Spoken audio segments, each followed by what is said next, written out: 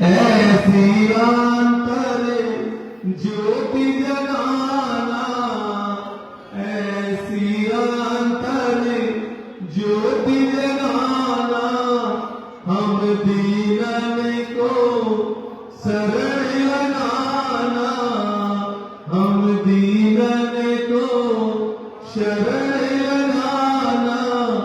हे प्रभु दया निधान, तुम्हारी शरण पड़े। हे प्रभु दया निधान, तुम्हारी शरण पड़े।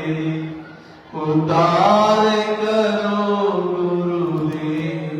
सभी प्रेमी अपने अपने स्थान पे आ जाए, मालिक को रास्ता दे दीजिए और सभी गुरु मालिक के नाम का उच्चारण करेंगे। जय गुरुदेव, जय जय गुरुदेव, जय जय गुरुदेव, जय गुरुदेव। नाम किसका? प्रभु का प्यारा पवित्र नाम। कलयुग में सतयुग को लाएंगे, आने वाली दुख तकलीफों से कौन बचाएंगे? ये नाम नहीं इंसान का, ये नाम नहीं इंसान का। सभी प्रेमी मिलकर इस प्रार्थना को पूरी करेंगे। तुम ही हो श्याम कृष्ण मुरारी, तुम ही हो श्याम कृष्ण मुरारी। राम तुम्ही गणपति त्रिपुरारी, राम तुम्ही गणपति त्रिपुरारी। तुम ही बने गुरुदेव, तुम्हारी शरण पड़े। उद्धार करो गुरुदेव, तुम्हारी शरण पड़े। ऐसी अंतर ज्योति जगाना, ऐसी अंतर ज्योति जगाना, हम दीनन को शरण लगाना, हम दीनन को शरण लगाना। हे प्रभु दया निधान, तुम्हारी शरण पड़े।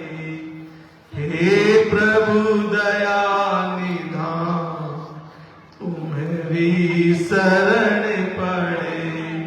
उद्धार करो गुरुदेव, तुम्हारी शरण पड़े। बोलो जय गुरुदेव, जय गुरुदेव। नाम किसका? प्रभु का प्यारा पवित्र नाम। आज कांगड़ा की पावन भूमि पर सदगुरु श्री दयाल जी महाराज पधारे हैं, तो उनका स्वागत दुर्गेश जी, परमेश्वर जी व शिवम जी आकर के चरणों में पुष्प अर्पित करके मालिक का आशीर्वाद देंगे। बोलो जय गुरुदेव, जय गुरुदेव। नाम किसका? दुर्गेश जी, परमेश्वर जी, शिवम जी पधारे और मालिक के चरणों में पुष्प अर्पित करके आशीर्वाद प्राप्त करें। जय गुरुदेव।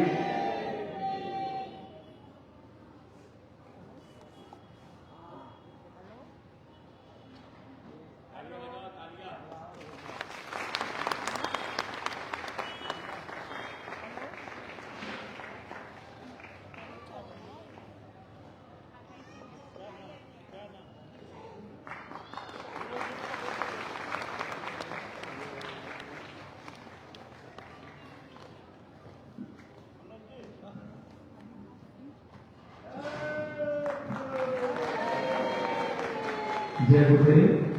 मैं विधायक साहब से आग्रह करूंगा कि आप भी आए और सदगुरु श्री दयाल जी महाराज को माल्यार्पण करें और आशीर्वाद प्राप्त करें। जय गुरुदेव। माननीय विधायक साहब।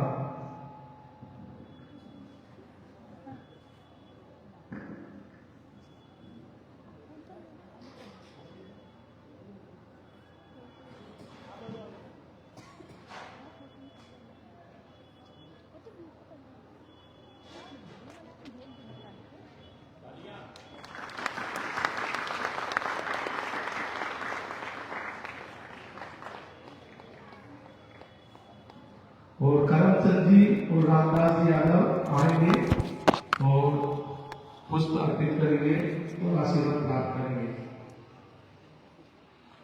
आप सभी जोरदार गुरु महाराज के नाम का उद्घोष करके सब तक आवाज पहुंचने देंगे। बोलो जय गुरुदेव, जय जय गुरुदेव। गुरु महाराज आएंगे, गुरु महाराज आएंगे।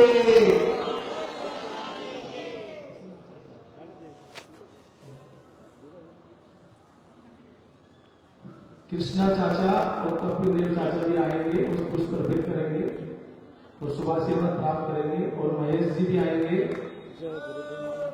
चरणों में पुष्प अर्पित करेंगे, शुभाशीर्वाद प्राप्त करेंगे।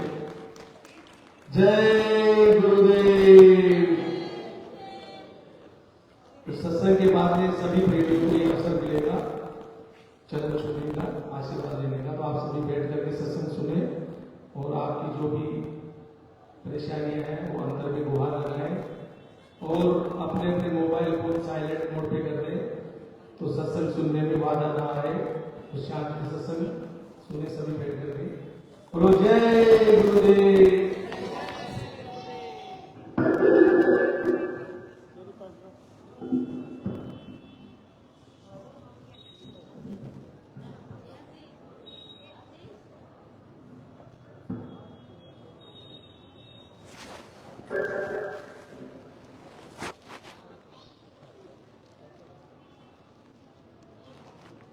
करना चाहिए।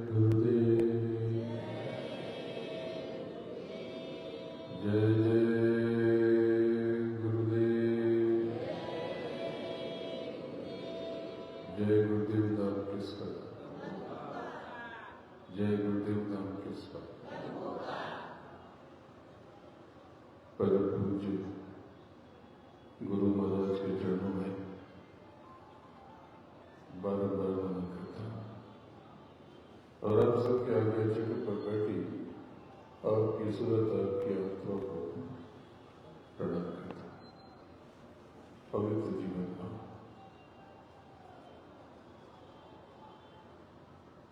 ये मानव तन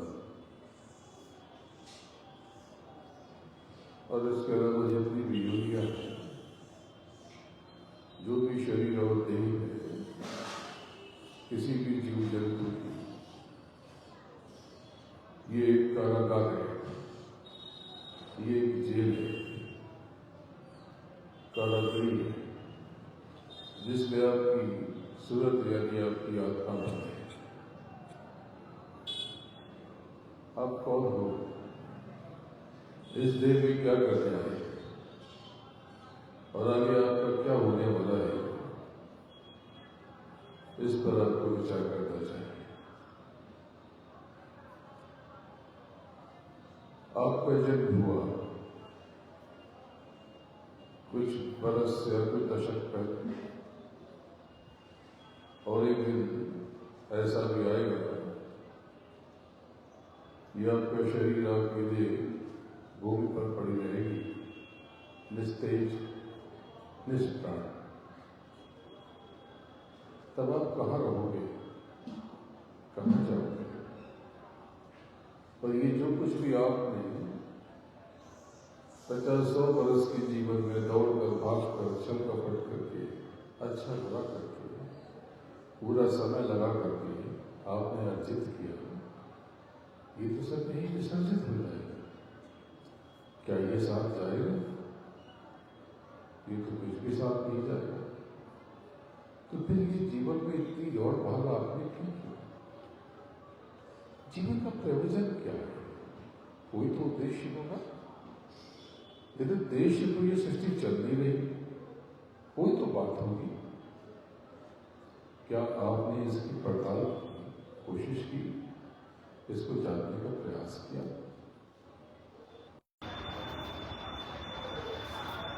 आपका एक कर्मचारी, आप किसी को भेजते हो, अपने किसी व्यक्ति को, किसी कर्मचारी को, किसी बच्चे को, किसी संतान को बाजार भेजते हो,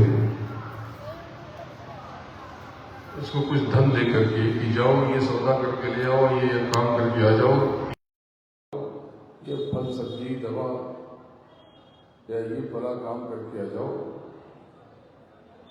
और जब उसे आने में देर हो जाती है या घंटे 2 घंटे के बाद आता है, तो आप उससे पूछते हो ना कि क्या लाए, इतना समय कहाँ लग गया, देर क्यों हो गई, कहाँ गए थे, सारा काम हो गया, कितने का आया हिसाब दो, ये खर्चा कहाँ हो गया, आप पूछते हो ना। तो आप इस धरती पर आए, इस मानव तन में आए, और यहां से लौट कर जाओगे, तो जिसने आपको भेजा है क्या आपका हिसाब नहीं देगा? क्या आपसे पूछेगा नहीं कि मैंने तुम्हें किस काम के लिए धरती पर भेजा और तुम क्या करके आ गए? क्या वो पूछेगा नहीं कि जो तुम लेकर के गए थे ये कहाँ गवा है? जब वो तुमसे हिसाब मांगेगा तो क्या हिसाब दोगे? तो तुम कहोगे कि हमें तो पता ही नहीं, हम तो भूल गए थे, हमारी स्मृति चली गई थी। तो वो कहेगा ना, अगर तुम भूल गए थे, क्या तुमको ये प्रश्न तुम्हारे भीतर पैदा नहीं हुआ कि तुम वापस लौट के जाने वाले हो? क्या आसपास तुम्हारे लोग लौट नहीं रहे थे? तो तुम्हें ये पता क्यों नहीं चला, तुम्हारे भीतर ये जिज्ञासा क्यों नहीं जगी, ये लोग कहाँ जा रहे हैं?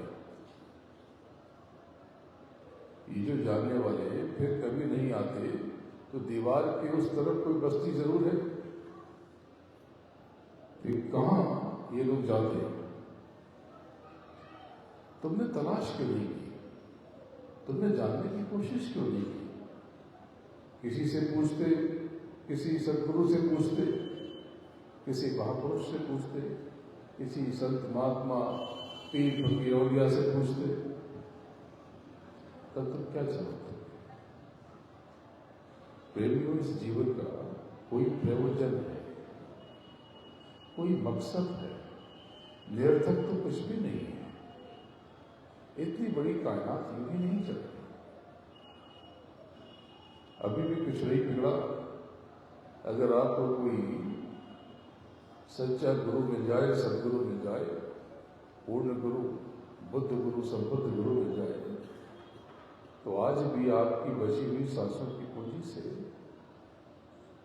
आपका काम थोड़ा बहुत कम या ज्यादा हो जाए। यदि आप सब परेशान हो, क्यों परेशान हो?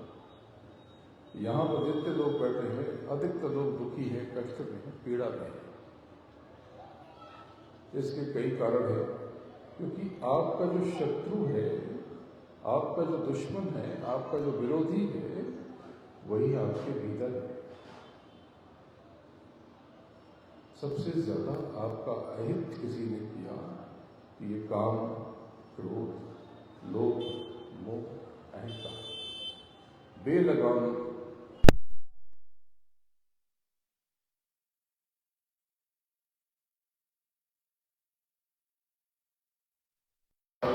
आपके जीवन को अंधकार में लेकर दिया।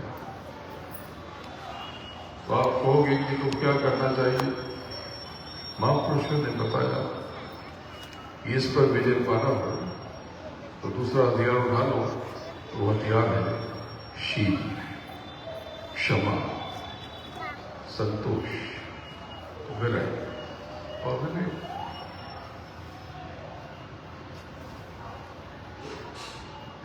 ये शील, क्षमा, संतोष, विरह और विवेक भी आपके लोक से उतारे गए, जहां से आप आए।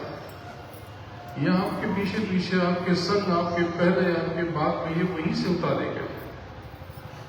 ये कहां से उतारे गए, कौन सा लोक? इसके लिए आपको संक्षेप में समझना पड़ेगा।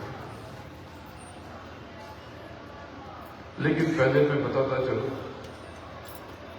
मैं विधिवत बताऊंगा, लेकिन ये दुख नाशक काफिला आपके अम्बेडकर नगर के तांडा में, बहुत अद्भुत भूमि, इस पुण्य भूमि में इसका आगमन।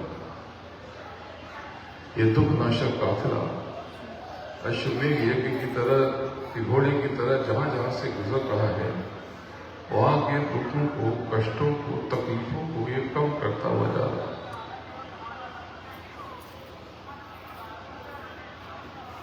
आपको बल देता हुआ जा रहा है, आपको शक्ति देता हुआ जा रहा है। इस काफिले का जो जो दर्शन करेगा, वो महसूस करेगा आने वाले समय में जो संकट, कंटक, विपत्तियां, दर्द, पीड़ा जो प्रकट होने वाली हैं, उससे बचाव हो गया। जो जो इस काफिले का और काफिले में चल रहे लोगों का दर्शन करेगा, वो स्वयं को सुरक्षित महसूस करेगा, वो अपने भीतर बल और संबल महसूस करेगा, वो अपने भीतर ताकत का एहसास करेगा, शक्ति का अनुभव करेगा। इसके लिए कोई दक्षिणा नहीं, कोई सेवा नहीं, कोई धन नहीं देना, बस केवल प्रेम से उन्हें निहारो अंतर में और उस मालिक को प्रणाम करो। लेकिन ये संकट कंटक आपके जीवन में आते क्यों?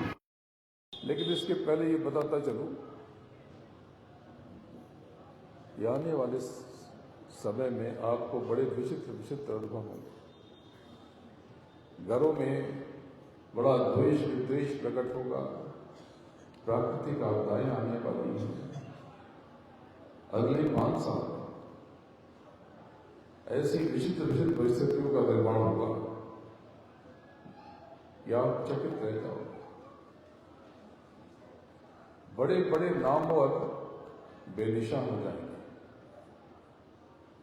2, 3, 4 सालों में जो आज सिर पे बैठे हैं, वो कहीं और दिखाई देंगे।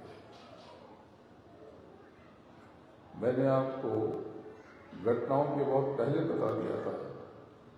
जो लोग जुड़े हुए उनको पता है कि जब नोट बंद हुआ था तो मैंने सबको आगाह कर दिया था 1 बरस पहले कि ये नोट गायब हो जाएगा, सतर्क हो जाओ। मैंने बता दिया था कि कौन कौन से कष्ट आने वाले, कौन कौन सी पीड़ा आने वाली।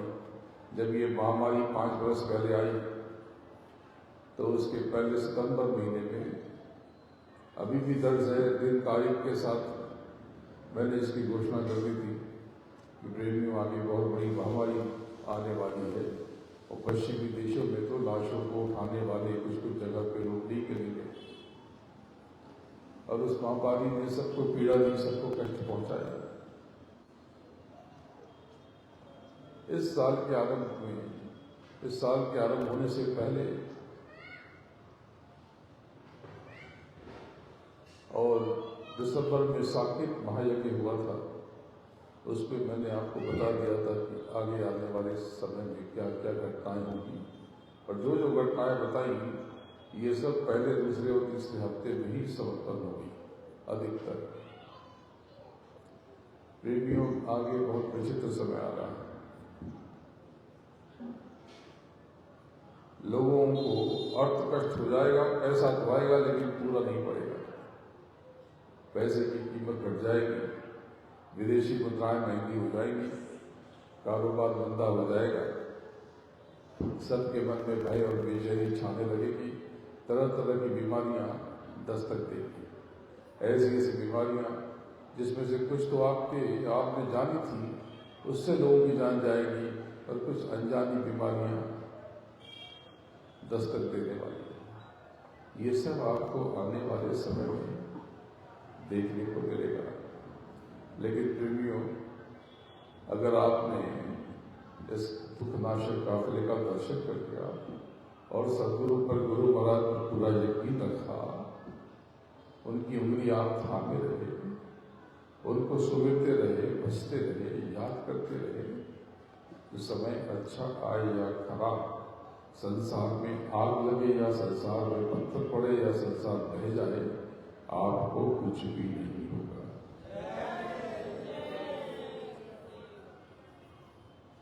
विश्वास रखना, सारी शक्ति विश्वास में। और आपके साथ तो गुरु महाराज का जगाया हुआ नाम है। गुरु महाराज पहले जीवों को राधा स्वामी के नाम से शब्द की डोर पहुंचाने की युक्ति देते रहे, तरकीब सिखाते रहे, नाम बदल देते रहे। लेकिन बाद में उन्होंने बताया कि उस मालिक के अनंतो नाम, और इस कलयुग में उन्होंने एक नाम जगा दिया।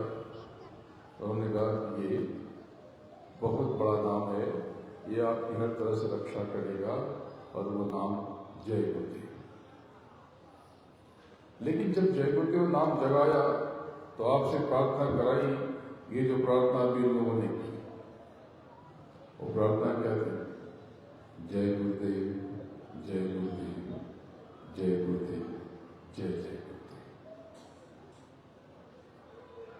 आप संकेत समझे नहीं थे, ये पूरा इन्होंने जगा दिया और संकेत दे दिया कि जब घोर कलयुग आएगा, जब समय विपरीत आएगा, ये जय गुरुदेव नाम रक्षा करेगा। और अगर इसको तुम आदर दे दोगे, इसको तुम सम्मान दे दोगे, इसको प्रणाम कर लोगे, इस पर यकीन कर लोगे, विश्वास जताओगे, यानी इसमें एक जय और जोड़ दोगे,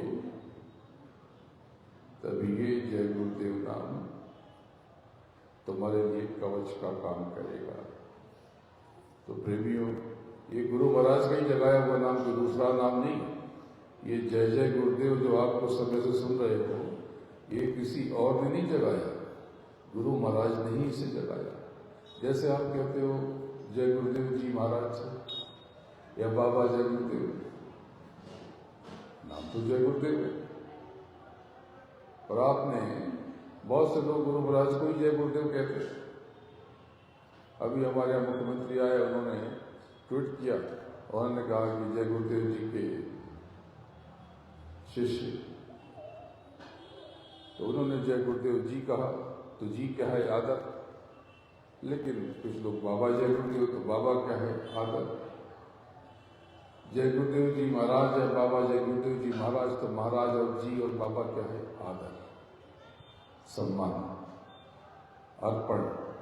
समर्पण। तो प्रेमी जब जय गुरुदेव को आदर देते हो, प्रणाम करते हो, नमन करते हो किसी भी प्रकार से, तब ये जय गुरुदेव नाम और पहना हो जाता है, धारदार हो जाता है। तो गुरु महाराज ने इस बसंत पंचमी में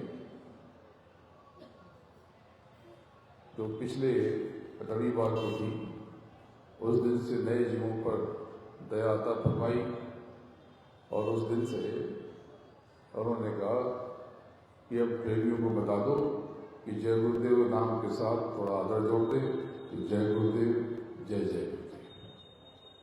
प्रेमी जब आप जय गुरुदेव, जय जय गुरुदेव करोगे, आप अपने ऊपर, अपने भीतर एक अलग शक्ति का प्रवाह महसूस करोगे।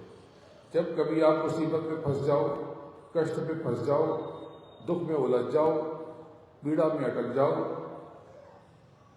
आप आंख बंद कर लेना, गुरु महाराज को, सदगुरु को आप याद करके, स्मरण करके, दोनों आंखों के मध्य आज्ञा चक्र पर दृष्टि को रोक करके अंतर में प्रणाम करना और कहना जय गुरुदेव, जय जय गुरुदेव, जय गुरुदेव, जय जय गुरुदेव।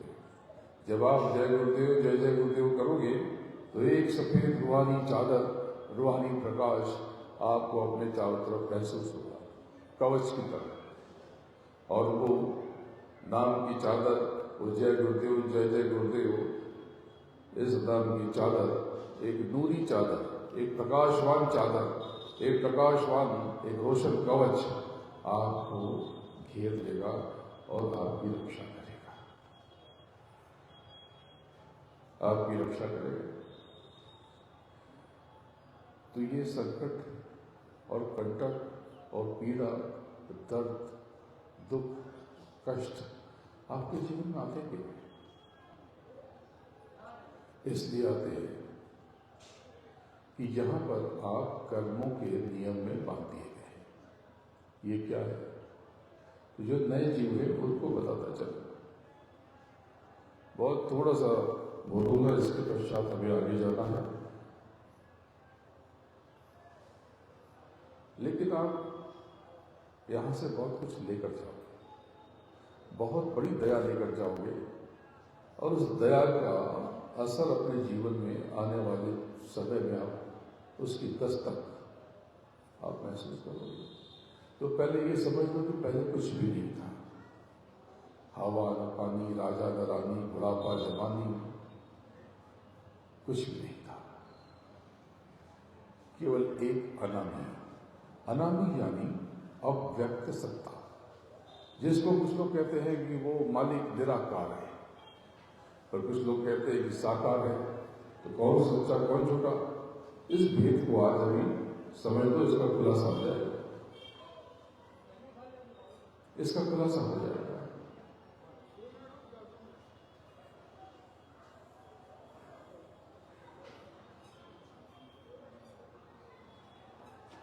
पहले कुछ भी नहीं था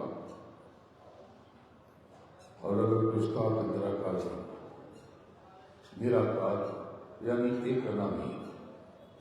वो अनामी कैसा? वो अनामी ऐसा कि जिसके एक एक रोम पे अतुलनीय प्रकाश, नील नील शशि भानु बताए, रोम रोम में कले उतारे, जिसके रोम रोम में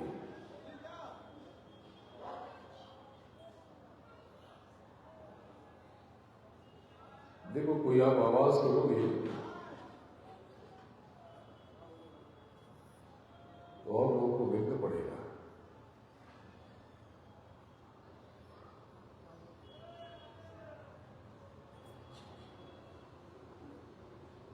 नील नील शशि भानु उतारे, रोम रोम में करे उतारे। उसका लोक कैसा है? अनामी लोक के अनामी पुरुष ही लोक है। वो ऐसा प्रकाश कि उसके सामने प्रकाश और सफेदी, ये गंदा है। ये जो आप देख रहे हो ये गंदा है, ये सफेद नहीं है। उस प्रकाश और श्वेत धवल उजाले के सामने ये मैला है। ये सूरज, ये दोपहर का सूरज, ये उस विलक्षण प्रकाश के सामने कुछ भी नहीं है। ऐसा उसका रूप स्वरूप, ऐसी उसकी काया, प्रकाश ही उसका श्रृंगार है। उसका कोई रूप नहीं, लेकिन रूप है तो बस ये अतुलनीय प्रकाश। यहां रचना कैसी है? यहां कोई रचना नहीं है, लेकिन जो कुछ है वो विलक्षण है, वो दिव्य है, उसकी व्याख्या संभव नहीं है।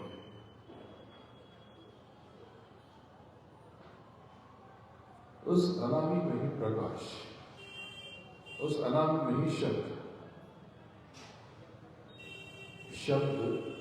जिससे पूरा विस्तार और जिस पर पूरी कायनात टिकी हुई है, जिसको ब्रह्मनाथ कहते हैं, वो आसमानी आवाज कहते हैं।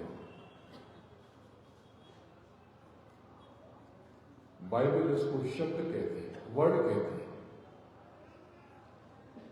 ये ब्रह्मनाथ सब कुछ इस पर टिका हुआ, और ये नाथ, इसी को नाम कहते हैं। ये नाम उस मालिक कहता है। यहां तक कि आप सब उस मालिक के अंदर, उस मालिक में,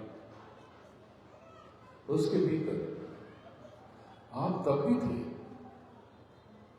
आप उस मालिक में ही थे, उस अनामी में ही थे। अनामी यानी गुरु महाराज।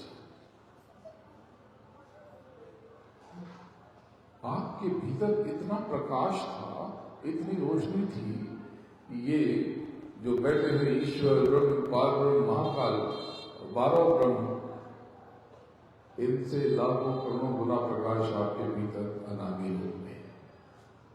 तो आप स्वयं समझ लो कि आपके आगे तो ये भी कुछ नहीं। आप कितनी बड़ी शक्ति हो, आपका अंदाजा ही नहीं, आपको इसका होश ही नहीं, आपको इसका एहसास ही नहीं। तो फिर अनामी ने अपना विस्तार किया अगम अलग के रूप में, अगम लोक और अलग के रूप, अलग लोक के रूप में विलक्षण लोक प्रकट हुए, और उसके पश्चात सचखंड वजूद में आया, सत्यलोक अस्तित्व में आया। और वहां पे अगम लोक में अगम पुरुष, अलग लोक में अगम अलग पुरुष, और सचखंड में वो सच्चे बादशाह, वो सच्चा बादशाह यानी सत्य पिता, वो सत्य प्रभु वहां पर विराजमान हो गया, आसीन हो गया। तो पूछा कि ये कौन? तो अनामी ने कहा कि ये मैं ही हूं। मैंने ही स्वयं को व्यक्त किया, यानी अनामी अव्यक्त सत्ता, निराकार ब्रह्म, और ये सब साकार है। लेकिन जो पूर्ण ब्रह्म, पूर्ण रूप से जो साकार ब्रह्म है, उसी को सिख अकाल पुरुष कहते हैं, या अकाल पुरुष। मुसलमान उनको हक कहते हैं, हिंदू उनको पूर्ण ब्रह्म कहते हैं, सिया राम कहते हैं, राधे श्याम कहते हैं, राधा स्वामी कहते हैं, सत्य पिता कहते हैं। यही सार है।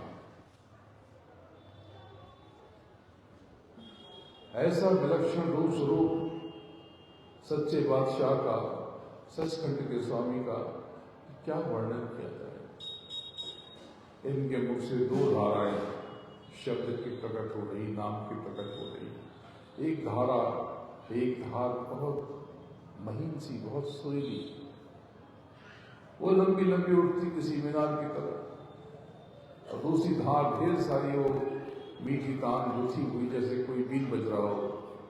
ये पतली तान जैसे कोई बांसुरी की तान हो। इस बांसुरी में तो कोई कुछ भी मिठास नहीं, उस बांसुरी के आगे ऐसा सुरीला समा ये सुनते वहां पर मस्त अपने मालिक में। वहां पर कोई अंधेरा नहीं है, कोई दुख नहीं है, कोई कष्ट नहीं है। फिर उस मालिक ने बहुत लंबे कालखंड के बाद स्वयं से शब्द को प्रकट किया, यानी विस्तार किया, और सचखंड के आगे सचखंड नाके पर एक महालोक, प्रचंड लोक, बहुत विशाल लोक प्रकट हुआ।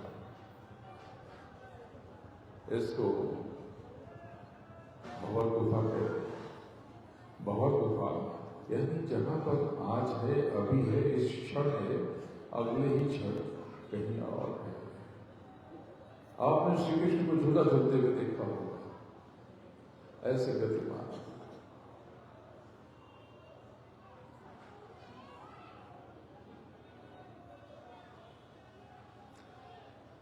ऊपर सचखंड में यानी हक में जितनी भी सुनते हैं, सत्य में, वहां पर जितनी भी आत्माएं हैं, सब सत्य, सब साथ। इसलिए जिन्होंने पा लिया उन्होंने कहा कि अनल्लाह। मंसूर ने पाया और मंसूर ने जब ये बताया तो बड़ा विरोध हुआ और उसे उसका जीवन छीन लिया गया। उसने कहा अनल्लाह, यानी मैं भी हक। उसने कहा मैं भी यही हूं, तुम भी यही हो, कहां भ्रमे हो?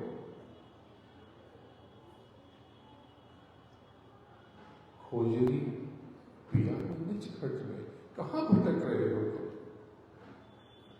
जो तुम पिया से मिलना चाहो तो भटको मत जग में, खोजरी पिया को निज खट में। हमारे यहां भी कहा गया अहम ब्रह्मास्मि। अहम ब्रह्मास्मि और अनलहक दोनों एक ही बात है। तो बोले ये तो ब्रह्मास्मि ब्रह्म की बात है, ये पूर्ण ब्रह्म की बात है। पूर्ण ब्रह्म को पहले ब्रह्म कहते थे,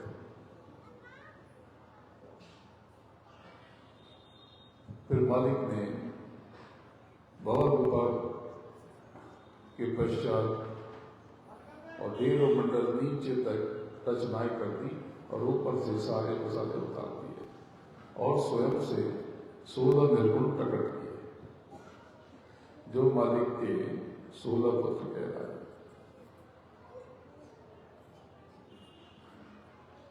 फिर उन्होंने गुहार की प्रार्थना की, कारण क्या था यह कभी आपको फिर से बताऊंगा, लेकिन एक प्रकार से इसको नीचे उतार दिया और कभी वापस नहीं किया। अभी भेद आपको समझ में आ जाएगा। फिर इन्होंने गुहार लगाई, प्रार्थना की कि यहां पर तो कुछ नहीं है, तो कुछ दया कर दे, मेहर कर दे। पूछा क्या चाहिए? उन्होंने कहा आपके जैसा राज चाहिए। राज बिना सुल्तानों के नहीं हो सकता, जैसे धरती का राज बिना मनुष्यों के नहीं हो सकता। किस पे राज करोगे? राज किसी पे तो करोगे ना, किसी को तो नियंत्रित करोगे, काबू में करोगे। राज हमेशा लोगों पर होता है, तो यहां पर राज सुल्तानों पर। तो मालिक ने उनको ये दौलत अता फरमाई और शब्द की डोर से, नाम के धागे से सुल्तानों का एक बूंद खजाना, यानी 16 गढ़े नीचे उतार दिए आत्माओं के। आप सभी तभी उतारे गए। मालिक ने आपको जब नीचे उतारा तब उसने साफ साफ ताकीद कर दी कि बच्चों इस शब्द की डोर को कभी मत छोड़ना। अब यहां भेद समझ लो, आप भी उतारे गए, वो भी उतारे गए। आपको शब्द की डोर दी मालिक ने, उनको कोई शब्द की डोर नहीं दी। आपको नाम की डोर दी, उनको नाम की डोर नहीं दी। यानी आप जब चाहो अपने घर लौट सकते थे, ये अपने घर नहीं लौट सकते। तो तो कुछ लोग कहेंगे कि हमने सुना है कि महाप्रलय हो जाती है, सब सिमट जाता है। बिल्कुल ठीक है, लेकिन सिमट के भी वो अपने घर नहीं जा पाते।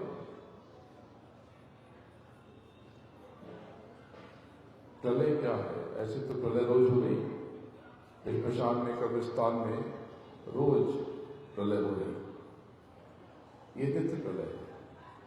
रोज लोग काल के गाल में समाते हैं, लोग रोज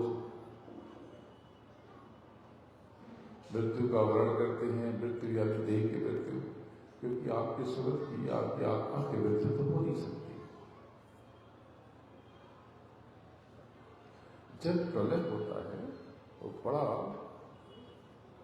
भयंकर दृश्य परिदृश्य होता है। जितनी मिट्टी है सब जल में समा जाती है, यानी जल मिट्टी को खा जाता है, यानी मिट्टी घुल जाती है जल में, और जल वायु में, जल अग्नि में, अग्नि वायु में, वायु आकाश में, और पूरा सब कुछ समूचा सारी कायनात सिमट करके जगदम्बा में, और जगदम्बा ब्रह्मा विष्णु महेश और जगदम्बा सब खुदा में यानी ईश्वर में, और ईश्वर ब्रह्म, पाल ब्रह्म और द्वादश ब्रह्म, ये सब महाकाल है। बस इसके ऊपर नहीं जा पाते, सब सिमट जाते हैं, फिर से विस्तार होता है। अनंतों बार ये सब हो चुका, और जब से आप नीचे उतारे गए, आप अपने घर नहीं जा पाए, अपने मालिक का दीदार नहीं कर सके।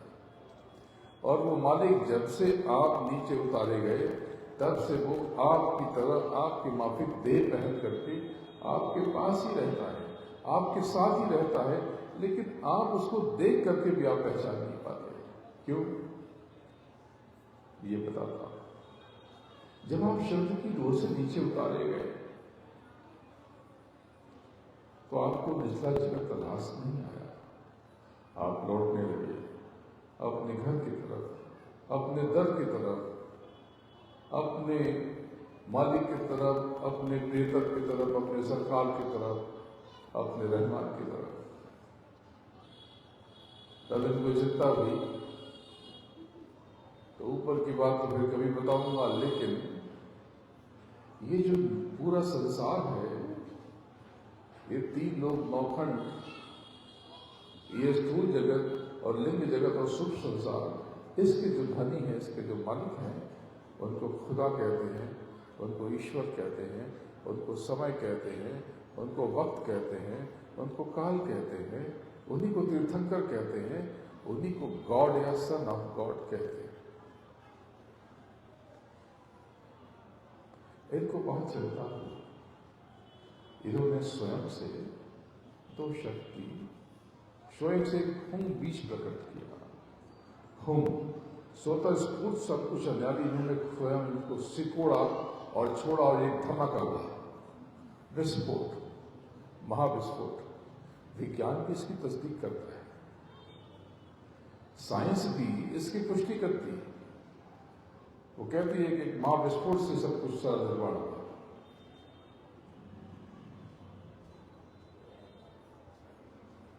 तो हम बीज से, उस महाविस्फोट से सती और शक्ति प्रकट हुई। उस महाविस्फोट में अंतःकरण उतरा त्रिशूल। त्रिशूल कोई पीतल या लोहे या स्टील का कोई हथियार नहीं। त्रिशूल यानी सत्वगुण, रजोगुण, तमोगुण। सत्य, रजस और तम ये उतरे, और सब कुछ नीचे उतरा। ये सारे जो मसाले हैं, ये सब आपके लोग के ही हैं, लेकिन मालिक ने इन मसालों को त्याग दिया, नीचे उतार दिया, क्योंकि ये जो मसाले हैं, इनमें स्थायित्व तो नहीं है। ये बहुत लंबे समय तक रहते नहीं हैं, ये बदल जाते हैं, खराब हो जाते हैं। कोई 2 घड़ी में, कोई 150 वर्षों में, कोई 1000, 2000, लाख, 2 लाख वर्षों में। ये कुछ भी टिकते नहीं है। इन मसालों से जो कुछ भी बना है वो स्थायी नहीं है। न ये मानव तन, न यहाँ से जो की उत्पत्ति है, फल सब्जी, हवा पानी, ये नदी नाले पहाड़, ये जमीन आसमां, ये कुछ भी स्थायी नहीं है, परमानेंट नहीं है। ये सब मिट जाते हैं। इसीलिए मिटने को कबीर साहब ने कहा कि कबीरा ये मुर्दों का गांव, पीर मरे पैगंबर मरिए जिंदा जोगी, राजा मरिए प्रजा मरिए पैदल रोगी, और सूरज मरिए चंदा मरिए धरणी आकाशा, 14 भुवन के चौधरी मरिए एवं विकास। ये इन मसालों से जो कुछ भी बना है सब मिट जाता है। और उसके पश्चात इन्होंने अपने मुख से, इनके मुख से आकाशवाणी हुई। आकाशवाणी से वेदों की ऋचाएं नीचे उतरी। इनके मुख से आसमानी आवाज प्रकट हुई, उससे कलमा और आयतें उत्पन्न हुई। इस आकाशवाणी से 1 लाख से अधिक श्लोक प्रकट हुए, जिनमें कर्मों का विधान हो गया। इसको किसी ने लिखा नहीं, वेदों को सुना। इसीलिए वेदों के ऋचाओं को श्रुतियां कहते हैं। श्रुति सुना क्या जैसे। हमारे यहाँ गुरु शिष्य परंपरा में पहले कुछ लिखा नहीं जाता था, गुरु अपने योग्य शिष्य को सुना देता था, शिष्य उसका श्रवण करते थे और याद कर देते थे। ये लिखने की पद्धति तो बहुत बाद में अभी कुछ समय पहले शुरू हुई, नहीं तो इसके पहले तो केवल सब श्रुतियां थी, सब सुना जाता था। ये वेदों की ऋचाएं,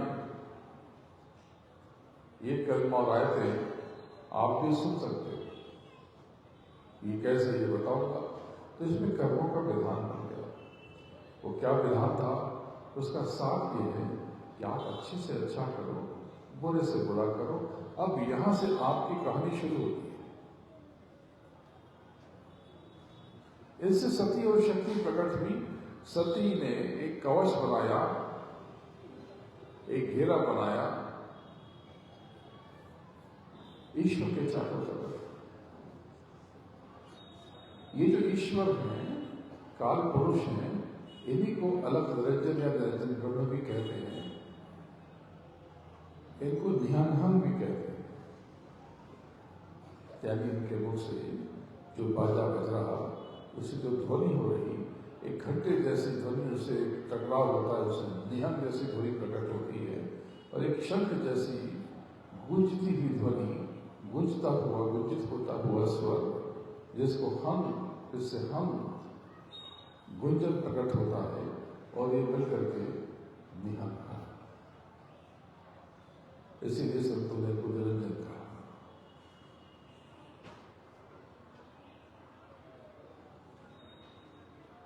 सब पुरुष यानी ईश्वर और आद्या महाशक्ति के संयोग से इन्होंने 3 शक्तियों को प्रकट किया और त्रिशूल का एक एक शूल दे दिया। त्रिशूल यानी सत्वगुण, रजोगुण, तमोगुण। और यह शक्तियां कौन सी थी? ये शक्तियां थी जिनको इस्लाम कहता है नासूत, मलकूत और जबरूत। हिंदू इनको ब्रह्मा, विष्णु और शंकर कहते हैं। ब्रह्मा उस बैकुंठ के 4थे भुवन में बैठे हुए, वो कहते हैं 4थे आसमान में आलमे नासूत है। और विष्णु 5वें पंचम आकाश में विराजमान है। वो कहते हैं कि 5वें आसमान में आलम मलकूत है,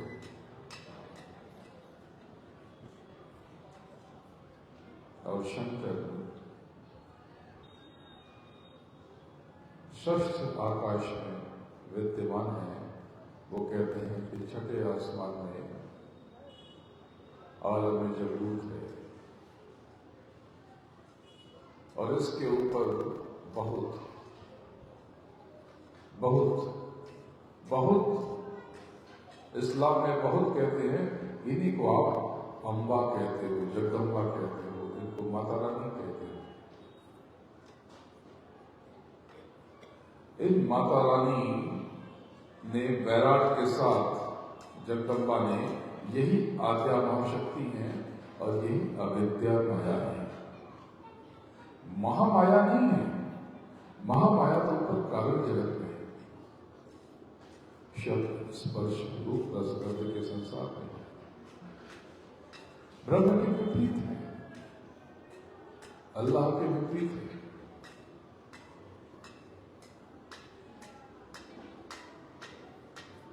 अविद्या माया ने स्वयं को सिकोड़ा और छोड़ा और हम बीच प्रकट किया, जिससे बैराट के साथ 9 करोड़ दुर्गा और 10 करोड़ शंभु प्रकट हुए। ये शंकर अलग है और शंभु अलग है। अनजाने में आप इन्हीं को शिव शंकर शंभु कह देते हैं। और आप किसी भी नाम से जिसको पुकारना चाहो पुकारो, लेकिन आपको बहुत बारीक भेद बता दें। 9 करोड़ दुर्गा और 10 करोड़ शंभु बैराट के साथ प्रकट हुए और 33 करोड़ पदों का सृजन हो गया। यहां पर भी इन पदों पर जो यक्ष रक्ष सिद्ध चारण नाग किन्नर भुजंग योगिनी रैरव भैरव, ये सब ढेरों, ये 33 करोड़, इनमें भी सूरतें वही हैं जो आपके भीतर है। इनमें भी आत्माएं वही हैं जो आपके भीतर है। और फिर कर्मों का विधान लागू हो गया। ये जो सारे 33 करोड़ हैं, ये लिंग जगत में है। जब आप ऊपर से उतारे गए और नीचे त्रिवेणी संगम पर उतरे, त्रिवेणी संगम यानी दशम द्वार, एकादश द्वार और द्वादश द्वार,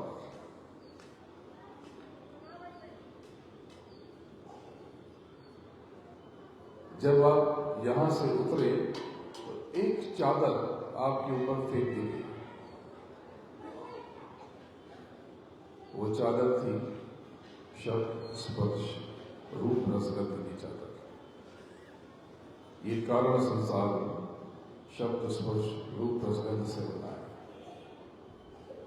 तो कुछ तो एहसास हुआ कि कुछ हुआ है, लेकिन कोई नियम नहीं था, तो कुछ फर्क नहीं पड़ा, कोई दिक्कत नहीं है। जैसे टोल का गेट बना दिया लेकिन टोल नहीं लगाया तो आपने कुछ नहीं कहा। इसी प्रकार से आपको एक चादर में बांध दिया गया, लेकिन आपके सब काबू में था, आपकी मर्जी से होता था, तो आपने कुछ नहीं कहा। और उसके बाद एक और इसमें चांद सितारे सलमा सितारे लगा दिए गए। सुख संसार में मन बुद्धि चित्त और अहंकार, यहां पर शरीर 9 तत्वों का हो गया। यहां तक कि यहां का जो मालिक बैठा है सहस्त्रदल कमल में ऊपर ज्योति स्वरूप के रूप में, ये जो ज्योति स्वरूप है ये भी 9 तत्वों की देह है। इन्होंने नियम बना दिया, और नियम बनाने के बाद पूरी व्यवस्था से ये इन्होंने खुद को अलग थलग कर दिया और अपने मालिक की तलाश में, मालिक की प्राप्ति के लिए ये साधना में बैठ गए। और इनके ऊपर सती का घेरा है और पूरी व्यवस्था की कमान जगदम्बा का। और इनके लोक में जितने भी सुनते हैं सब ईश्वर। आप अगर इनके लोक में जाओगे तो आप भी ईश्वर हो जाओगे।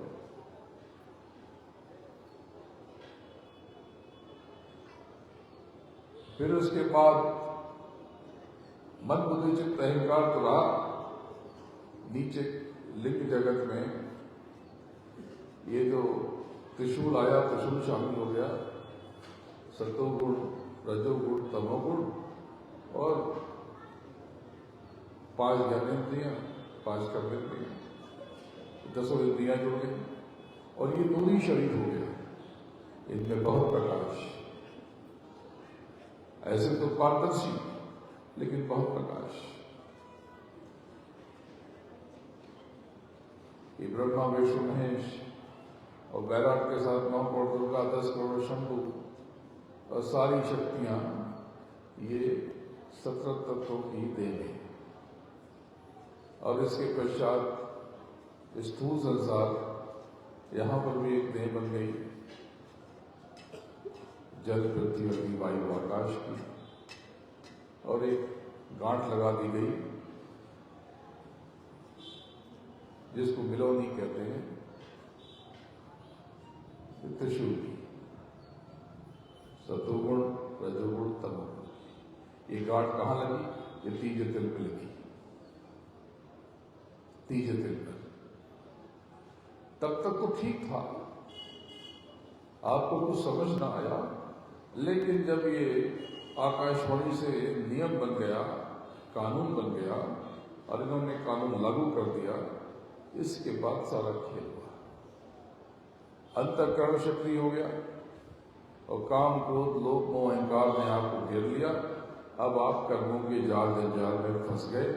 ये जो बंद आंखों से आपको अंधकार दिखाई देता है, ये अंधकार क्या है? ये अंधकार आपके ही कर्मों का कूड़ा कचरा है, गंदगी है, मैल है। इतना बड़ा पहाड़ आपने जमा कर दिया अनंतों जन्मों में कि पूछो मत, और इस खेल में आप फंस गए, आप फिर अपने घर नहीं जा पाए। तो प्रेमियों, आपका मालिक बहुत बेचैन हुआ ये देखकर।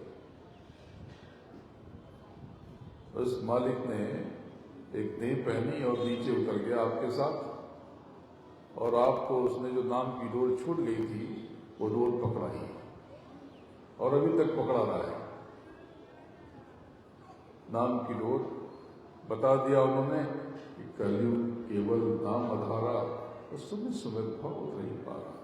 कलयुग में अपने घर जाना बहुत आसान है, मालिक को पाना बहुत सुगम है, अपने निज घर जाना बहुत सरल है, बस थोड़ी सी कोशिश कर लो। लेकिन आप तो कर्मों के जाल जंजाल में ऐसे फंसे कि फंसते चले गए। तो आप कहोगे कि हम तो सब अच्छा करते हैं। आप काया से अच्छा करते हो, लेकिन इसके अलावा 3 बड़े खतरनाक कर्म आप करते हो, जो आप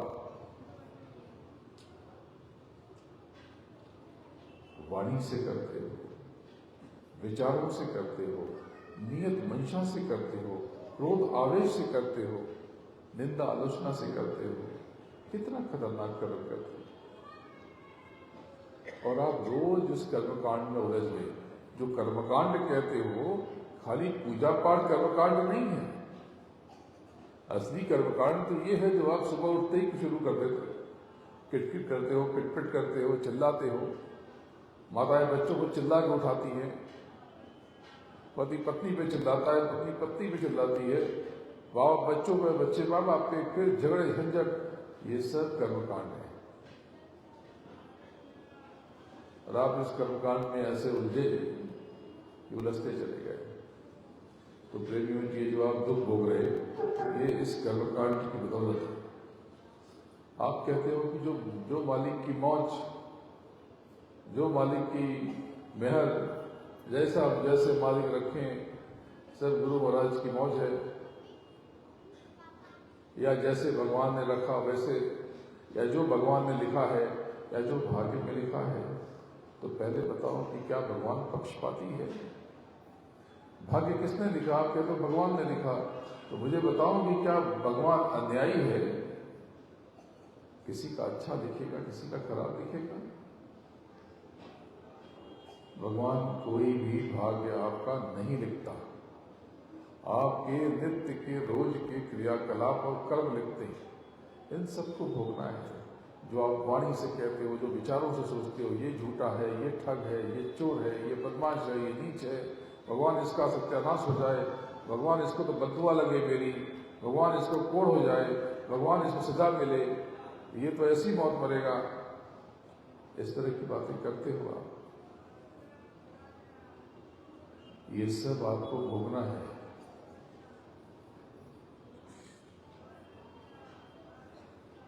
ये सब आपको भोगना है। कर्म जो जो करेगा तू वही फिर भोगना होगा। जिन्होंने मार मन डाला उन्हीं को सो पाया। ये इंद्रियां आपकी सक्रिय हो गई और मन इंद्रियों के घाट पे बैठ गया।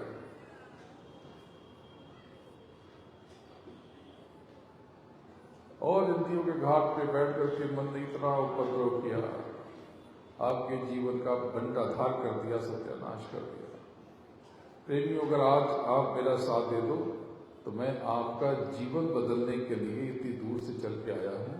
मैं खाली हाथ आपको नहीं लौटाऊंगा, मुझे आपसे कुछ नहीं चाहिए, लेकिन कुछ चाहिए, क्योंकि कर्म का विधान बना हुआ। इसके लिए मुझे आपकी सेवा की जरूरत है, दक्षिणा की जरूरत है। दक्षिणा वो नहीं जिसको आप समझते हो, धन वन पैसा रुपया ये रखो अपने पास, या आप अपने पास रखो। इतनी दूर से ये काफिला चल के आ रहा, आप तो कुछ नहीं दे रहे, ये क्यों आया है काफिला? वो मालिक आपके लिए बेचैन है। ये काफिला आपके लिए है। न कोई प्रचार, न प्रसार, न रेडियो पे, न टीवी पे, तो खामोशी से इतने लोग चले चले जा रहे हैं। रोज अपना डीजल, अपना तेल भरते, अपनी गाड़ी को साफ सुथरा करते और चल देते। कितना बड़ा काम हो रहा, और बिना किसी को हल्ला गुल्ला किए, न बिना किसी को बताए, बिना बहुत बड़ा प्रचार प्रसार किए बगैर इतना बड़ा काम हो रहा। प्रेमियों, अगर आप मेरा साथ दे दो तो आज से ही आपका जीवन बदल जाएगा।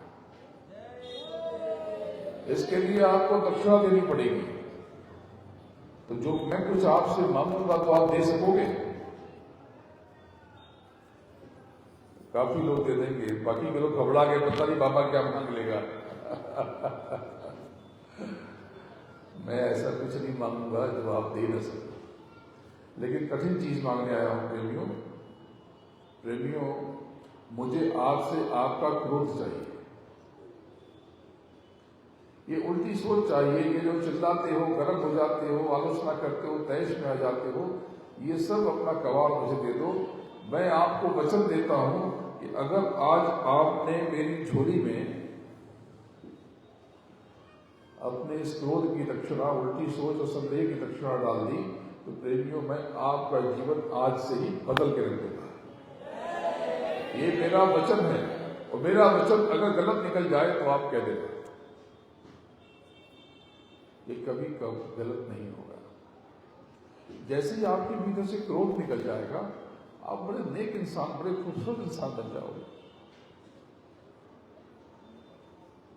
आपकी चर्चा होने लगेगी, आपका स्वभाव मधुर हो जाएगा, आपकी खूबसूरती बढ़ जाएगी, आप लोगों को अच्छे लगने लगोगे, लोग आपसे प्रेम करने लगेंगे, आपका आकर्षण बढ़ जाएगा। ज्योतिष कहता है कि जो लोग क्रोध करते हैं, चिल्लाते हैं, निंदा करते हैं, संदेह करते हैं, बार बार थूकते हैं, दिल में संबंध बनाते हैं, उनका सूर्य खराब हो जाता है, उनके पास धन नहीं टिकता। और गुरु महाराज ने तो पहले ही कह दिया आपसे कि प्रेमियों किसी की निंदा मत करो, वरना उसके पाप के बोझ के तले तो दब जाओ। प्रेमियों किसी की निंदा मत करो। जिसको जिसको नाम का दान मिला है, आप मेरी बात को बहुत गौर से सुनो और गांठ बांधो कि रोज 2.5 घंटे आप नाम की कमाई में खर्च करो। रोज रोज के 2.5 घंटे आप एक बार में, 2 बार में, 3 बार में नाम की कमाई के लिए खर्च करो। अगर आपने रोज के 2.5 घंटे नाम की कमाई में लगा दिए तो आपके भौतिक कष्टों की जिम्मेदारी मैं लेता हूं।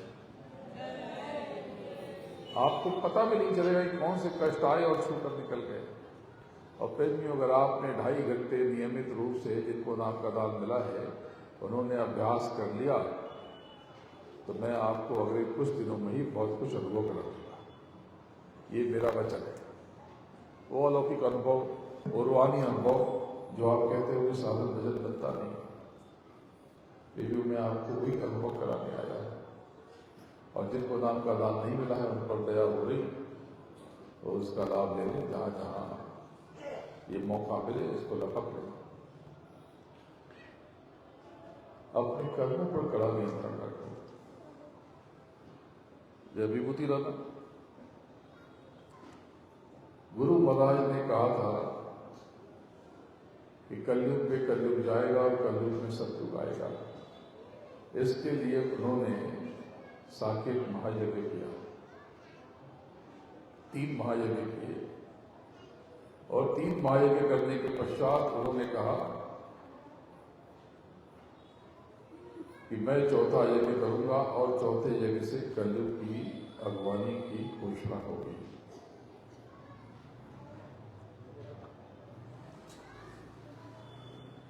सतयुग की अगवानी की घोषणा होगी। कलयुग में कलयुग जाएगा और कलयुग में सतयुग आएगा। तो प्रेमियों, इस वचन को गांठ बांध लो कि गुरु महाराज आएंगे, चौथा यज्ञ कराएंगे, चौथा यज्ञ रचाएंगे। प्रेमियों, वो वक्त बहुत दूर नहीं है। तो गुरु महाराज ने मुझे निर्देश दिया कि ये जो लिंग शरीर में बैठे हैं बहुत भूखे प्यासे, इनको कुछ भोजन देते। ये यज्ञ क्या है? न पूजा है, न उपासना है, न आराधना है, न वंदना है। तपस्या जरूर है, तपस्या जरूर है। और यज्ञ आप समझो तो ये भोजन है, भोजन प्रसाद भंडार। क्योंकि वो जो 17 तत्वों के देह में बैठे हैं, इनका जो भोजन है वो सुगंध है, सुगंध।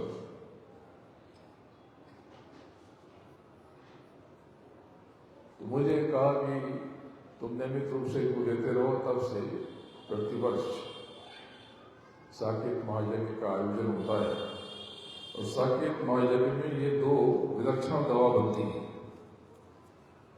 ये दवा जिसमें विशिष्ट पदार्थों की आहुति दी गई, और ये अन्य हवन कुंड भी, जिसमें कुछ लिखा नहीं। लेकिन ये चमत्कारिक पुड़िया है, चमत्कारी। आप यहां से ले लेना। और ये जिस पर ये स्टिकर लगा है, आपको कभी भी कोई कष्ट हो जाए, रात को 2 बजे आपकी तबीयत खराब हो जाए, कोई कानूनी मानसिक पीड़ा हो जाए, किसी भी प्रकार की समस्या हो जाए, हल न मिले, इसको खोल करके या इसको डिबिया में रख देना। और इस डिबिया में से इस पवित्र चमत्कारी विभूति को सर पे लगा लेना। अगर लगा करके भी तबीयत में आराम न मिले तो इसको स्पर्श करके जिह्वा पे लगा देना और गर्म पानी पी लेना। तो जब तक इलाज नहीं मिलता है तब तक आपको आराम हो जाएगा, तब तक आपको आराम हो जाएगा। इसको संभाल के रखना। देखो, ये यज्ञ हमेशा नहीं होगा, यज्ञ हमेशा नहीं होगा। कुछ समय तक जब तक यज्ञ हो रहा, तो बाद में यज्ञ जब खत्म हो जाएगा, यज्ञ नहीं होगा, तब लोग इस चमत्कारी विभूति को ढूंढेंगे, सोने के भाव से इसकी मांग करेंगे। ये बहुत चमत्कारी विभूति। और दूसरी ये जो पुड़िया है, इसके कई प्रयोग हैं।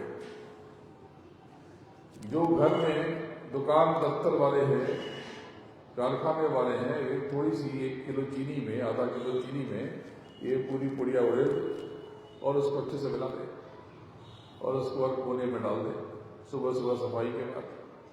और रात को 8 बजे सुबह कर दें तो बरकत होने लगेगी। और जिनके पास खेती है वो देसी गाय के गोबर में इस पुड़िया को मिला दें, इस विभूति को अच्छे से मिला करके अपने खेत में छिड़क दें, तो उनके खेत में अन्य किसानों के ज्यादा फसल होगी, उनकी कमाई बढ़ जाएगी। और अगर कीड़े लगेंगे दूसरों के यहाँ तो इनको सबसे कम नुकसान होगा जहां पर ये विभूति डाली गई है। तो हाथ कंगन सवाल थी क्या, जिन बच्चियों की शादी की उम्र निकली जा रही है, जिनके विवाह में परेशानी आ रही है, उम्र ज्यादा हो गई, उनको विवाह योग्य रिश्ता नहीं मिल रहा, तो इसको थोड़ी सी हल्दी में मिला करके और जो चाहे वो मिला ले, इसको रोज चेहरे पे लगा लिया करें, उनके अंदर आकर्षण बढ़ जाए और रिश्ते की बात करोगे तो रिश्ता बन जाएगा। और जिन देवियों को थोड़ी सी त्वचा की परेशानी है, त्वचा में कष्ट है, या जिन भी प्रेमियों को वो भी ये करे, कोई बेसन या कोई मिट्टी उट्टी में या किसी भी चीज में या हल्दी में या दही में इसको मिला करके, जो मिलाते हो आप वो सब मिला करके इसको चेहरे पे लगा के सुखा लो। आप देखोगे कुछ समय में चमत्कार हो जाएगा, त्वचा के रोग धीरे धीरे करके कम होने लगेंगे।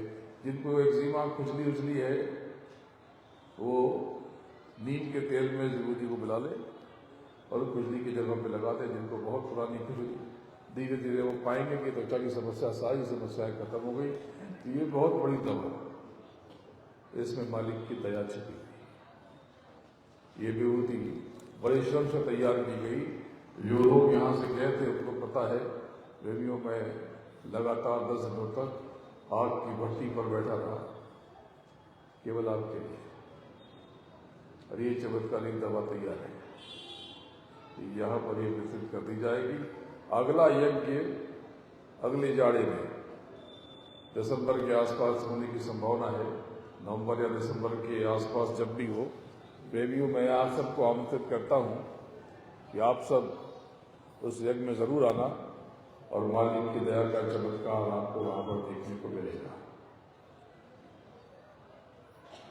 आगे समय कठिन आ रहा, लेकिन जो लोग पिछले यज्ञ में आए थे उनके ऊपर हवन कुंड के धुएं से एक कवच बन गया, एक कवच बन गया। अब आगे समय चाहे जैसा आए, इनको सबसे कम क्षति होगी। तो आप भी अगले यज्ञ में जरूर आना। आपके ऊपर भी आने वाले समय के प्रकोप से बचने के लिए एक कवच बन जाए, आपकी रक्षा हो, आपकी सुरक्षा हो, मालिक की दया आपके ऊपर सदैव रहे। तो भले आप एक दिन के लिए आना, 10 दिन ना आ पाओ, लेकिन 10 दिन आओगे तो आपका बड़ा वहां पर स्वागत, बड़ा आनंद, ऐसा माहौल कि आपने सोचा भी नहीं। बहुत अद्भुत और दिव्य सारी शक्तियां वहां प्रकट हो जाती हैं जैसे, और इतना सुंदर मनोहारी माहौल होता है। भंडारे का प्रसाद अमृत जैसा लगता है, लगता है कि इससे ज्यादा स्वादिष्ट कुछ है ही नहीं। हर व्यक्ति सेवा में लीन, हर व्यक्ति आनंद में खोया हुआ, ऐसा अद्भुत मंजर आपने जीवन में कभी देखा होगा। 2012 के बाद तो नहीं देखा। 2012 के पहले तो हमने बहुत बार देखा है, लेकिन 2012 के बाद आपने नहीं देखा। वहां पर गुरु महाराज की मौजूदगी आपको स्पष्ट रूप से अंतर में महसूस होगी। बोलो जय गुरुदेव। तो ये रात को 8 बजे आप शुक्र जरूर करना। जिनके घर में कलह रात होती है उनके यहाँ धन नष्ट हो जाता है, और जो कलह हो रही उस कलह से बचने के लिए दिन में 2 बार कपूर के ऊपर 3 या 5 या 7 विषम संख्या में लौंग रख के जला दिया करो, लौंग रख के जला दिया करो विषम संख्या में। घर में, दुकान में, दफ्तर में, कारखाने में, जहां संभव हो। जो दूसरों क्या काम करते हैं वो तो जला नहीं सकते, वो घर में जला दें। लेकिन जो अपने काम के मालिक हैं वो अपने जरूर जलाए। जो रुकावट आ रही विभूति डालने के बाद ये जरूर कर दें तो जो काम में रुकावट आ रही वो धीरे धीरे दूर हो जाए। तो आप यहाँ पर आए, आप ये दुखनाशक काफिला आपके लिए दया का भंडार लेकर आया है। मालिक की मेहर, गुरु महाराज की मेहर का खजाना लेकर आया है, तो आप खाली हाथ नहीं जाओगे। मालिक को पता है कि आप बहुत कष्ट में हो, बहुत पीड़ा में हो, बहुत दुखी हो। कुछ लोग तो बहुत परेशान हैं स्वास्थ्य से, पारिवारिक कारणों से और कई उलझनों से, काम धंधे से, बरकत से बहुत परेशान है। तो प्रेमियों, आज आप यहाँ से लाभ का अनुभव करोगे। दोनों हथेलियां फैला दो ऐसे ऐसे। ये मांगने की मुद्रा है। जब मांगते हो तो ऐसे मांगते हो। आप ऐसे भी ले सकते हो, ऐसे लोगों तो 4 दाने आएंगे और ऐसे लोगों तो 1000 दाने आएंगे। आपके जो भी कष्ट है आप आंख बंद कर लो और अंतर में प्रभु से, सदगुरु से गुहार लगाओ। ये मालिक, ये मत कहना कि मैं बहुत परेशान हूं। ये कहोगे तो ब्रह्मांड में पूरी कायनात आपको परेशानी आपकी झोली में डाल देगी। आप ये कहना, मालिक आज आपकी दया हो जाएगी और मेरी परेशानियां खत्म होने लगेगी। या इससे कदम आगे बढ़ के कहो, मालिक आपकी दया महसूस हो रही है और हमारे ये कष्ट, ये उलझन, जो भी परेशानी है वो नाम लो। ये जो परेशानी है ये अब खत्म हो रही है। हमको पूरा विश्वास है मालिक, आने वाले समय में ये मेरी समस्या खत्म हो जाएगी। मैं इस समस्या से बाहर आ जाऊंगी, आ जाऊंगा। अंतर में प्रार्थना करो और गुहार लगाओ। जो भी आपकी कामना, इच्छा, परेशानियां, कष्ट, उलझन है, किसी से कहो मत, अंतर में कहो। उस सदगुरु से गुहार लगाओ, उस प्रभु से अर्जी लगाओ। चलो अंतर में गुहार लगाओ।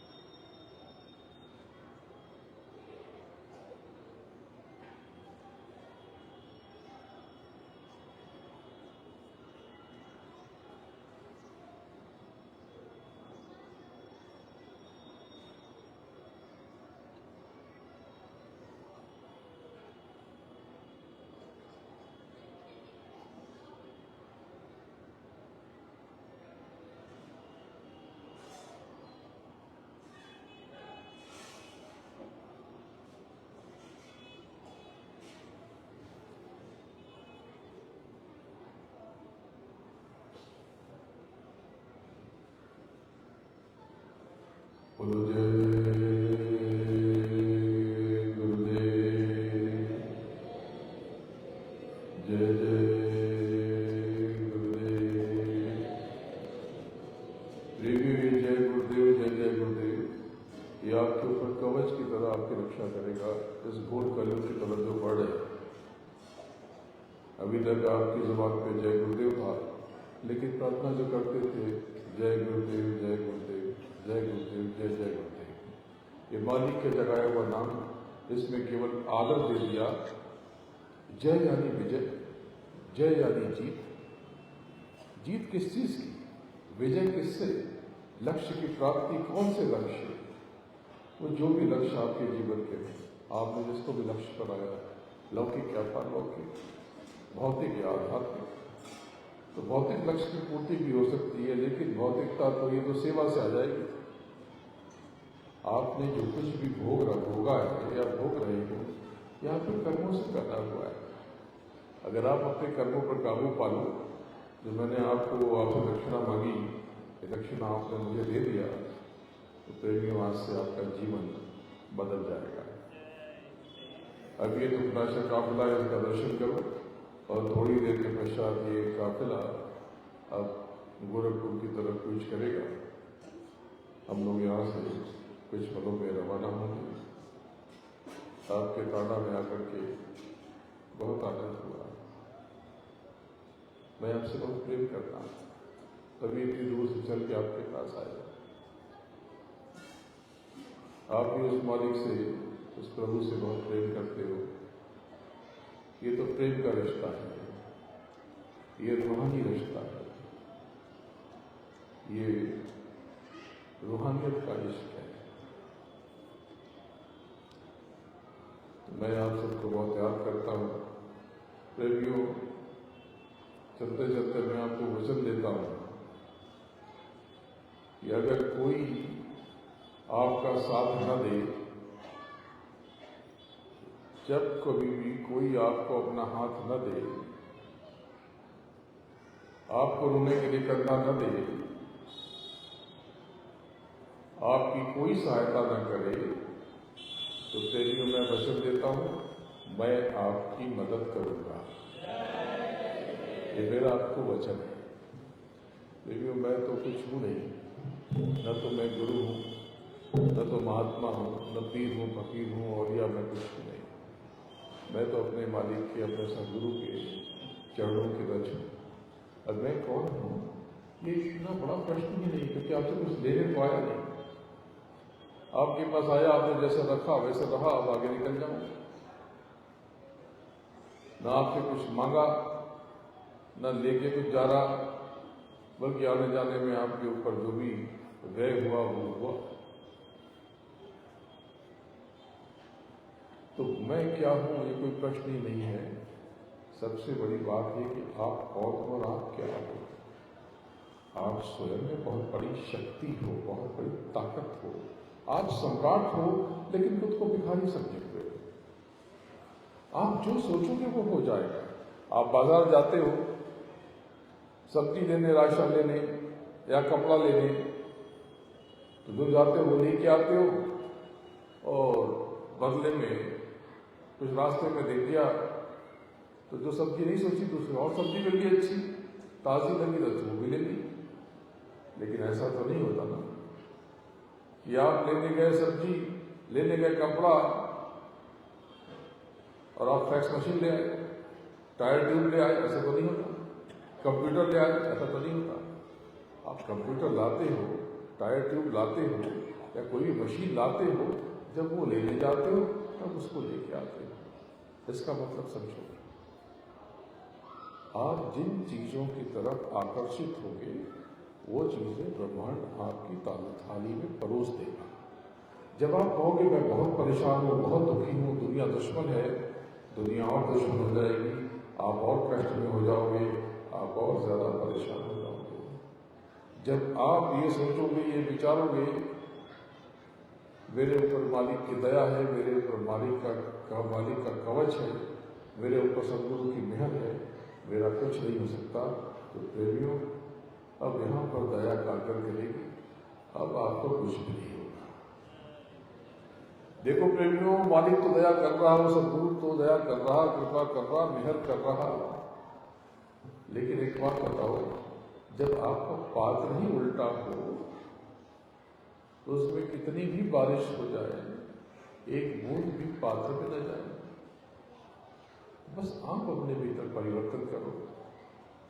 आप सब आध्यात्मिक हो, तभी सत्संग के लिए बैठे, नहीं तो न बैठते। जब आध्यात्मिक हो तो आध्यात्मिक बनो। सबसे पहला नियंत्रण स्वयं पर करो, स्वयं के विचारों पर करो। अपने भीतर, आपके भीतर आनंद भरा हुआ है, उस आनंद की तलाश करो। आपके भीतर प्रेम का सागर है। जब भी बनो, किसी के हृदय का चैन बनो, करार बनो, होठों की हंसी बनो, किसी के आंख का आंसू बनना, किसी के दिल का दर्द बनोगे, किसी के लिए दुख का कारण बनोगे, नैनों के आंसू बनोगे, तो आप भी उस आंसुओं के सलाब में कभी न कभी बह जाओगे। अपने कर्मों को लेकर सजग रहना। कोई आपकी निंदा करे, गाली दे दे, आलोचना कर दे, चिंता मत करना।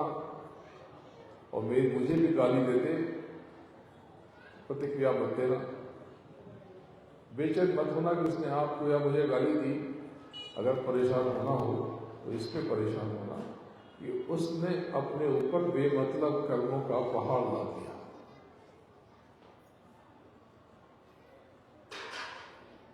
कर्मों का पहाड़ डाल दिया। अगर आलोचना करना, अगर दुखी होना इसलिए होना, अगर किसी ने आपका अपमान कर दिया, असम्मान कर दिया, उसने असम्मान नहीं किया, आपके लिए उसने बहुत बड़ी प्रतिष्ठा की बुनियाद रख दी, उसने आपकी जय जयकार की तैयारी कर दी। निंदक को तो हमेशा पास रखना चाहिए। उन्होंने कहा भी है कि निंदक दियरे राखिए, निंदक को, आलोचक को हमेशा नजदीक रखो। ये बड़े काम के हैं। जिसकी निंदा नहीं होती उसकी प्रशंसा भी नहीं होती। जिसकी जितनी निंदा होती है उतनी ही उसकी जय होती है, विजय होती है, उतना ही उसकी चर्चा होती है, उतना ही बड़ा उसका नाम होता है।